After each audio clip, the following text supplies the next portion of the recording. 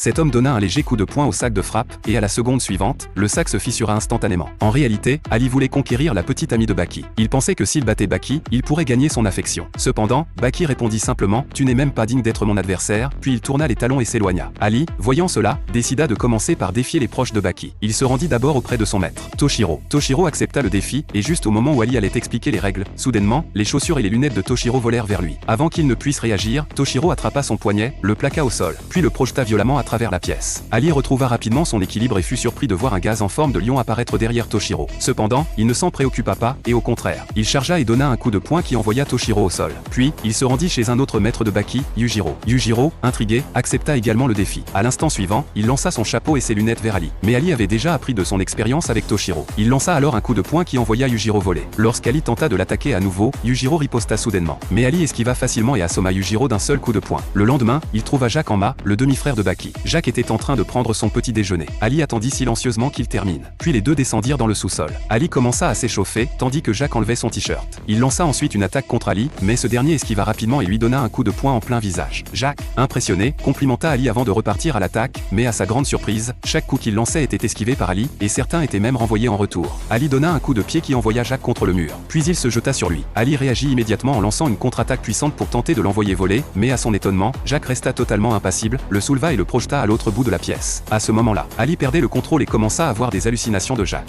Jacques se rapprocha de lui et lui donna un coup de poing qui le fit tomber dans les pommes. Cependant, alors que Jacques allait se rhabiller pour partir, Ali se releva soudainement et se mit à se moquer de lui. Jacques, furieux, fonça sur lui, mais à sa grande surprise, Ali esquiva encore et lui lança un autre coup de poing en pleine figure. Alors que Jacques allait tomber, il lança soudainement une série de 3 coups violents qui clouèrent Ali contre le mur. Mais, contre toute attente, Ali se moqua encore de Jacques et lui tira même la langue. La seconde suivante, le poing de Jacques s'écrasa sur son visage, le mettant complètement KO et lui arrachant la langue.